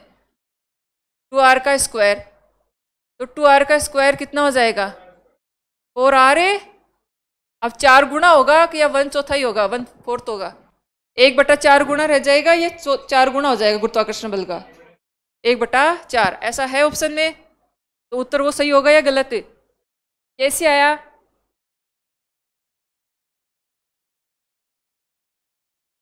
नहीं आ रहा अभी थी, ये हो रहा है 1/4 कैसे आया। प्रारंभ में पृथ्वी की त्रिज्या,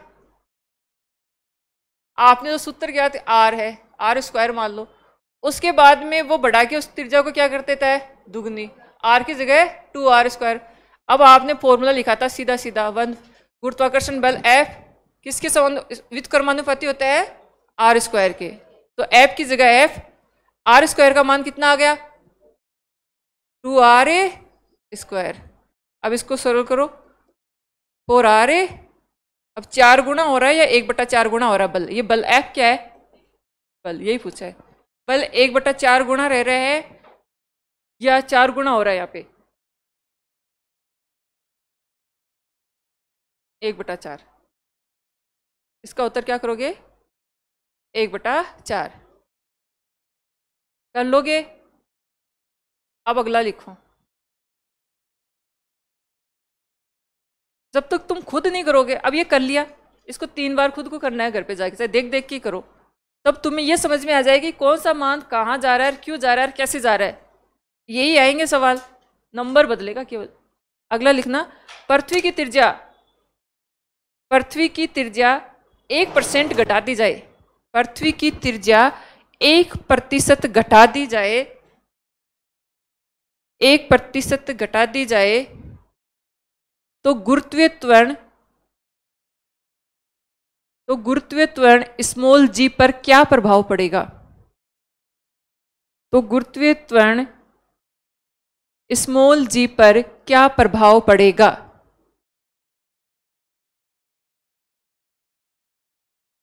पहले लिखना बढ़ेगा,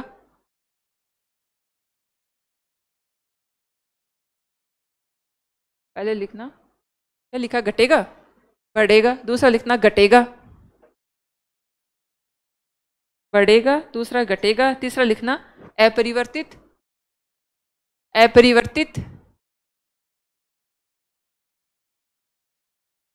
और चौथा लिखना पहले घटेगा और बाद में बढ़ेगा।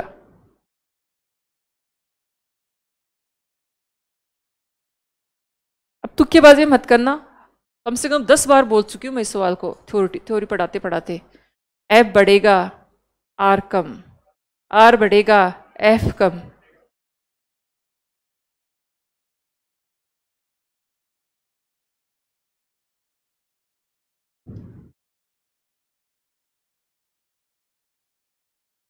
त्रिज्या मतलब आर को रेडियस दूरी से ले रहे, आर का मान क्या कर रहा है, घटा रहा है 1%, तो आर घट रहा है तो ऊपर वाले अपने आप बढ़ गई, बस उत्तर आ गया बढ़ेगा।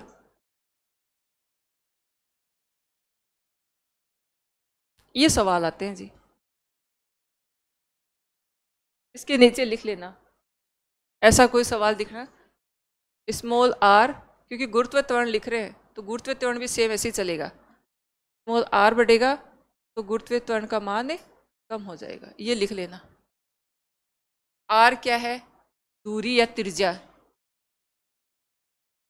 दूरी गलत लिख, दूरी या त्रिज्या। जी क्या है, स्मॉल जी लिखा हुआ है, गुरुत्वीय त्वरण जिसका मान 9.8 गुणा मीटर प्रति सेकंड स्क्वायर, मान निश्चित होता है, जी का मान आपने लिख चुके हो 9.8 गुणा मीटर प्रति सेकंड स्क्वायर। ये लिख लेना ताकि कंफ्यूजन नहीं रहो। आर कैसे भी कम होता है तो ऊपर वाली संख्या अपने आप ही बढ़ जाएगी, और आर बढ़ रहा है तो ऊपर वाली जो संख्या है वो घट जाएगी। बस इस सूत्र से ही पता चल रहा है, नया कुछ करा ही नहीं इसने। अगला लिखना, अगला न्यूमेरिकल लिखना। ये तो कर लोगे आप, चलो लिखो फिर भी। किसी लिखना खिलाड़ी या एथलीट खिलाड़ी या एथलीट निम्नलिखित में से किसका लाभ उठाने के लिए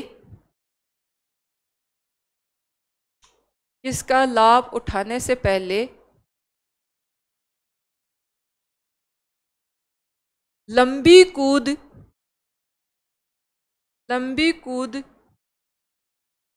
कूद से पहले दौड़ता है। अब इसका सीधा उत्तर लिखो, ऑप्शन नहीं है ये 2024 संस्कृत विभाग में पूछा गया सवाल है। लंबी कूद से पहले दौड़ता है, ये लिखवा चुकी मैं। जड़त्व लिखा था, गति का जड़त्व, स्थिर अवस्था का जड़त्व और दिशा का जड़त्व। इसमें दोनों ऑप्शन आए थे, स्थिर अवस्था का जड़त्व या गति का जड़त्व लगाओगे, गति का। तो इसका उत्तर लिखना गति के जड़त्व के कारण, गति के जड़त्व के कारण, गति के। अब फिर पिछली बार पूछा हुआ न्यूमेरिकल है 2022 का। लिखना एक 20 किलोग्राम की बंदूक, एक 20 किलोग्राम की बंदूक से एक 20 किलोग्राम की बंदूक से 150 किलोग्राम 20 किलोग्राम की केजी कर लेना, 20 केजी है ना, केजी की बंदूक से 150 मीटर प्रति सेकंड, चेंज करने का झंझट ही खत्म करते हैं। 150 मीटर प्रति सेकंड से वेग से एक 100 ग्राम वाली बुलेट, वेग से एक 100 ग्राम वाली 100 ग्राम वाली बुलेट चलाई जाती है, तो बंदूक के पीछे का वेग क्या होगा? तो बंदूक के पीछे का वेग क्या होगा? ऑप्शन लिख लो।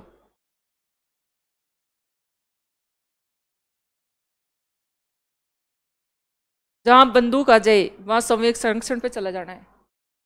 जहां बंदूक दिखते ही M1 V1 वो वाले जो फॉर्मूला।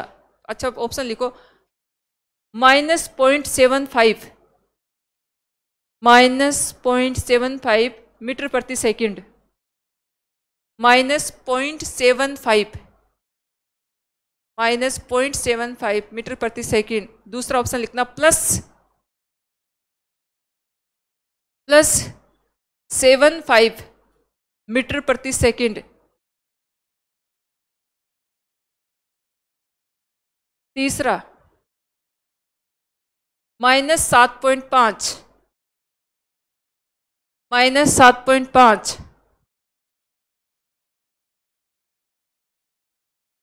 और चौथा +7.5। वैल्यू माइनस में आएगी तो दो ऑप्शन तो प्लस वाले हैं ही, कैंसिल हो गए। प्रतिक्रिया बल पूछ रहा है, पहले सवाल को पढ़ो। देखो मैं तरीका बताती हूँ। पढ़ने के बाद में सवाल को तोड़ना है। तोड़ना कैसे है कि उसमें वेग दे रखा है, एक द्रव्यमान दे रखा है। अब ये द्रव्यमान, कौन सा द्रव्यमान कहाँ पे रखोगे, कौन सा वेग कहाँ पे आएगा, ये है मेन। तो ये रखना सीख गए तो सवाल सही। बंदूक वाला सवाल आते ही M1 V1 बराबर M2 V2, वो भी रख सकते हो M1 U1 plus M2 U2, लेकिन वो 0 हो जाएगा पर प्रारंभिक, इसलिए कोई औचित्य नहीं है उसका। M1 V1 बराबर M2 V2। M1 का मान 20। अरे दो वस्तु है ना, एक तो बंदूक और एक गोली है। द्रव्यमान किसका दे रखा है सबसे पहले? तो बंदूक का द्रव्यमान m1 क्या हो गया 20 किलो kg। उसके बाद में बुलेट गोली का द्रव्यमान कितना दे रखा है m2 100 ग्राम। उसके बाद में आपको वेग दे रखा है बंदूक से 150 मीटर प्रति सेकंड से वेग से। अब ये वेग v1 रखोगे या v2?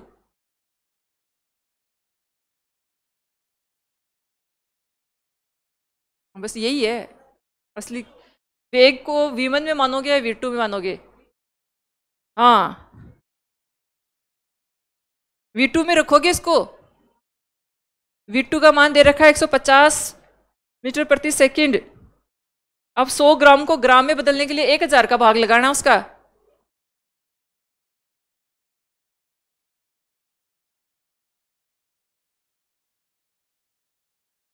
बंदूक आते ही ये लिख लिया करो m1 v1 बराबर है m2 v2 से हो गई।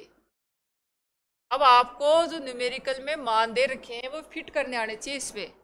असली यही है बंदूक का द्रव्यमान जिसमें दो ही तो दे रखी है। कोशिश करो कि तुमसे भी हो। सवाल यही है उसके पास में, केवल हर बार संख्या बदल रहा है।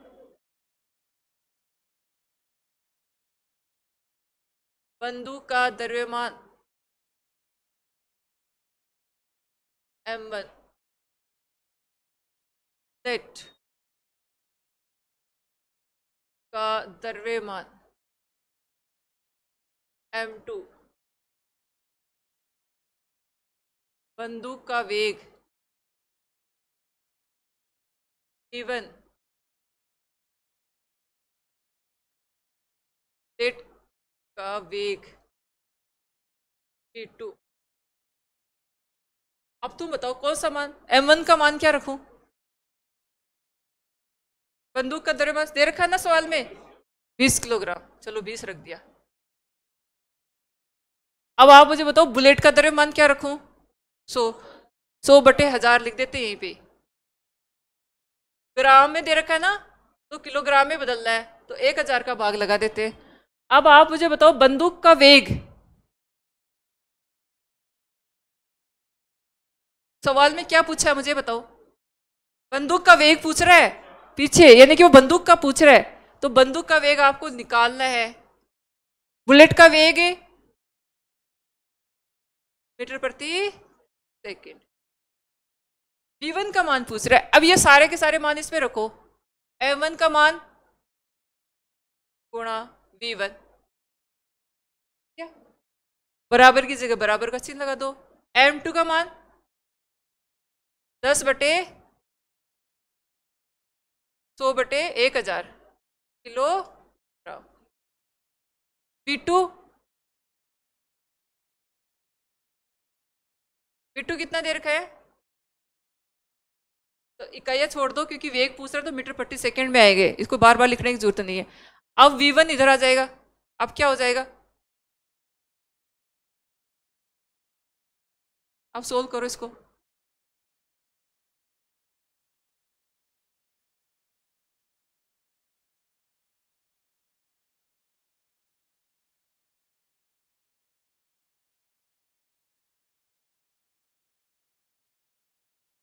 जो सोल्व करोगे वही उत्तर आएगा।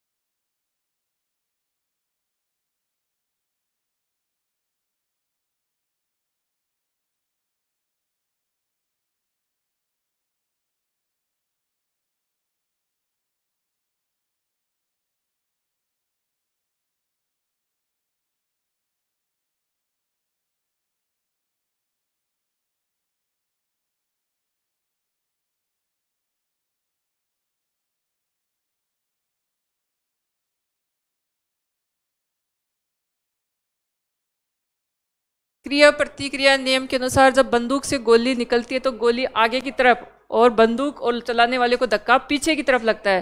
तो पीछे की तरफ जो बल लगता है प्रतिक्रिया वो कैसा होगा? ऋणात्मक होगा, इसलिए माइनस का चिन्ह लगा रहा है वो।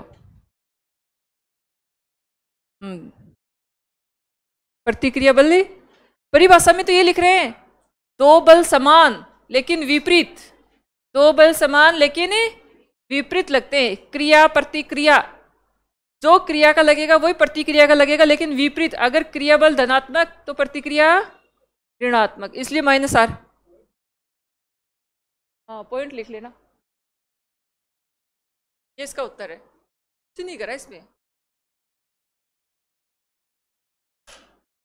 अगर तुम चाहते हो कि परीक्षा में सहूलियत रहे, मैथ्स में कोई एक आधा न्यूमेरिकल कर ले, साइंस वाले ये फिजिक्स का एक आधा कर ले, तो 10, 20, 30, 40, 50, 60, 70, 80, 90 इनको किलोग्राम में बदल के देख लेना।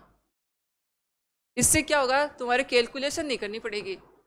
10 ग्राम को किलोग्राम में बदलने पर वैल्यू क्या आएगी, 20 ग्राम को किलोग्राम में बदलने पर वैल्यू क्या आएगी, 30 को 40, 50, 60, 70 मोबाइल हाथ में होते हैं तुम्हारे, तो इनका उपयोग कर लो। और क्या बताऊं भाई, 1000 का भाग नहीं लगाना पड़ेगा तुम्हें वहां पे, अपने आप ही पता लग जाएगा।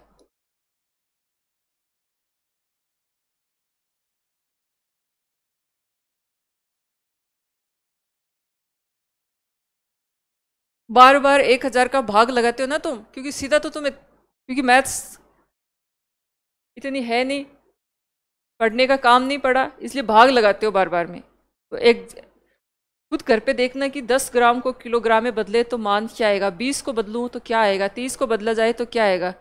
या अगर ये सभी नहीं हो तो फोन में भाग दे दे के कैलकुलेटर में देख लेना, और वो भी नहीं हो तो फिर रजिस्टर बंद करके सो जाना।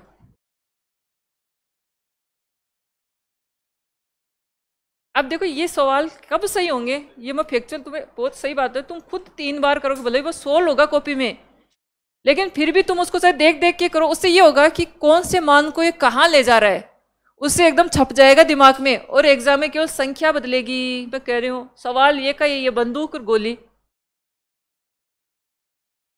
हाँ, बंदूक गोली दिखते M1 V1 बराबर है M2 V2, वो 3 के मान देगा और 1 का पूछेगा, 3 के मान देगा और 1 का पूछेगा, बस यही है। अगला एक और करो, चलो ये कर लो भाई। माइनस का चिन्ह क्यों आता है, प्रतिक्रिया बल ऋणात्मक, क्रिया बल धनात्मक। मैथमेटिकली जो है वो माइनस प्लस नहीं आ रहा है यहाँ पे, वो माइनस इसलिए लगाया गया है प्रतिक्रिया, क्योंकि बंदूक पीछे की तरफ जा रही है, उसका पूछ रहा है वो। गोली का उसने 150 लिखा है, वहां 100 माइनस नहीं लगा, माइनस माइनस नहीं लगाया, देख लो वहां पे गोली वाले में कहीं पे भी। क्रिया बल धनात्मक और प्रतिक्रिया बल ऋणात्मक। पीछे की तरफ धक्का लगना, नाव आगे की जो नाविक कूद जाता है, नाव पीछे की तरफ जा रही है, तो वहां पे भी नाव का अगर पूछता है तो ऋणात्मक, प्रतिक्रिया बल ऋणात्मक होता भाई। अगला प्रश्न लिखो ये करने के बाद में, इसको करना दिखा क्या करते हो तुम। सवाल यही है उस एग्जामिनर के पास में, कोई नया नहीं है, मैं तो देख नहीं रही हूँ कुछ नया आ रहा है, केवल संख्याएं चेंज हो रही है, संख्याएं चेंज हो रही हैं, आपको मान रखना आना चाहिए। न्यूमेरिकल में जो दे रखी वैल्यू M1 क्या आएगा, M2 क्या आएगा, V1 V2 क्या आएगा, क्योंकि एक का नहीं दे रखा होगा, वो पूछेगा आपसे। लिखो 25, 25, अगला न्यूमेरिकल करो। 25 मीटर प्रति सेकंड के वेग से चलती हुई कार, 25 मीटर प्रति सेकंड के वेग से चलती हुई कार A, जिसका द्रव्यमान 1500 kg है, 1500 किलोग्राम, ग्राम का झंझट खत्म, 1500 किलोग्राम है, उसी दिशा में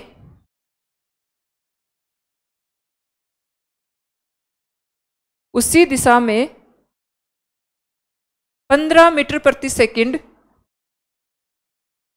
15 मीटर प्रति सेकंड के वेग से चलती हुई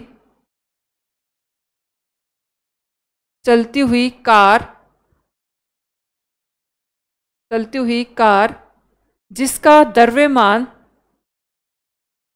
1000 kg है, इसको भी नहीं बदलना, 1000 kg है।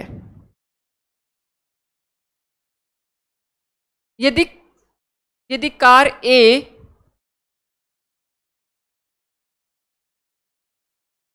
यदि कार ए कार बी से टकराती है, बी से टकराती है तथा टक्कर के बाद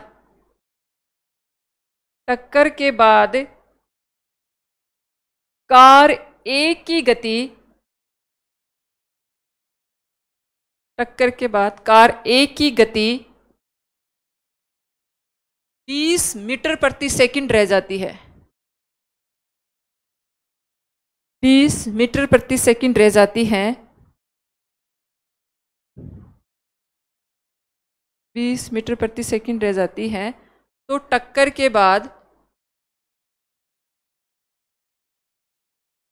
के बाद कार बी का वेग ज्ञात कीजिए।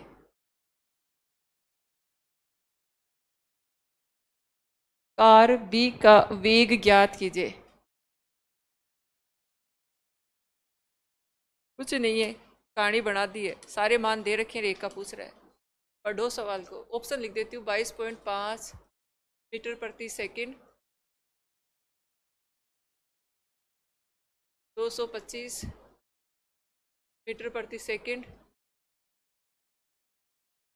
तीसरा है 2.25 मीटर प्रति सेकंड, और चौथा है 0.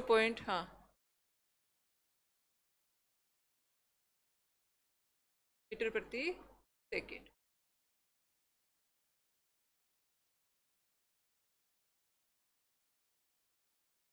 टक्कर से पहले, टक्कर के बाद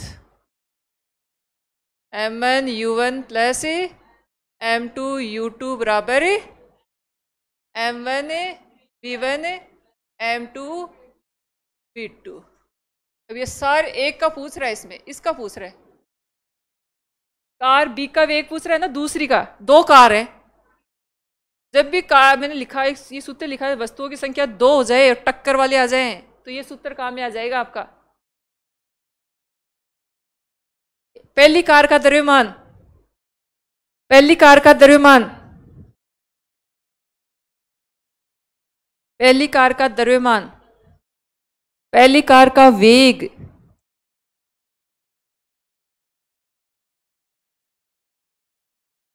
कुछ भी चेंज, ग्राम फ्राम कुछ नहीं चेंज करना आपको, सारा लिखा हुआ है।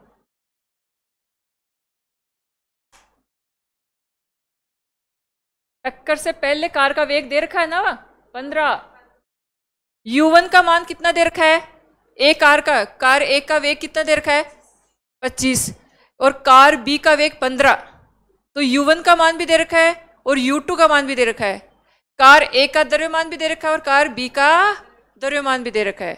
और अब आपसे पूछ रहा है कार ए का टकराने के बाद में, यानी कि V1 का मान भी दे रखा है आपको, हाँ V1 का मान भी दे रखा है आपको 20 मीटर प्रति की, वो टकराने के बाद में उसका कार ए का वेग है 20 मीटर प्रति सेकंड। अब पूछ रहा है कार बी का बताओ, ये सवाल है, कुछ भी नहीं है, ये फॉर्मूला है आपकी। देखो न्यूमेरिकल पढ़ना, M1 का मान दे रखा है, U1 का मान दे रखा है, M2 का मान दे रखा है, U2 का मान दे रखा है। टक्कर से पहले ये वैल्यू किसकी है, टक्कर से पहले। अब न्यूमेरिक टक्कर के बाद ये जो वैल्यू है, ये टक्कर के बाद। M1 का मान दे रखा है आपको, V1 का मान भी दे रखा है, M2 का मान भी दे रखा है, और किसका पूछ रहा है, V2 का मान पूछ रहा है। और V2 क्या है, कार B का वेग, किसके बाद है, टक्कर के बाद। कुछ नहीं है, लंबा चौड़ा है, केवल जोड़ना और घटाने के अलावा कुछ नहीं है इसमें।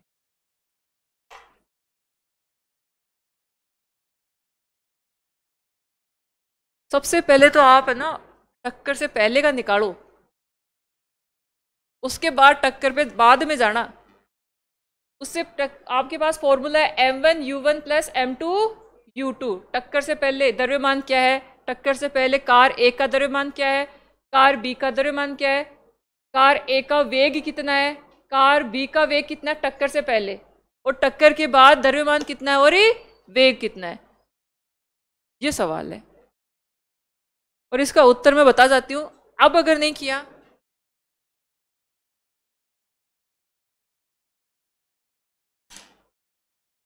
फॉर्मूला यही काम आएगा। सारे मान सवाल में लिखे गए हैं, केवल V2 का मान पूछा आपसे। और कल शुरू करेंगे अपन कार्य और ऊर्जा, लास्ट टॉपिक है ये।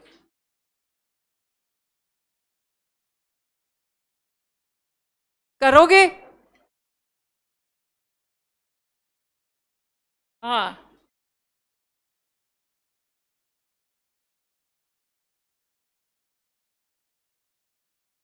देखो कुछ स्टूडेंट्स ने कर भी लिया है ना। सवाल को तोड़ना सीखो, द्रव्यमान को अलग कर लो और वेग को अलग कर लो। टक्कर से पहले द्रव्यमान वेग क्या है, टक्कर के बाद क्या है, कौन सा मान नहीं दे रखा, वही तो पूछा है। जितना इजी लैंग्वेज में लाओगे, सवाल को तोड़ना सीखो। अब तुम क्या करते हो, उसको देखते हो देखने से नहीं होता। ये कर लोगे ना तो तुम एग्जाम में सवाल सही कर लोगे फिजिक्स का।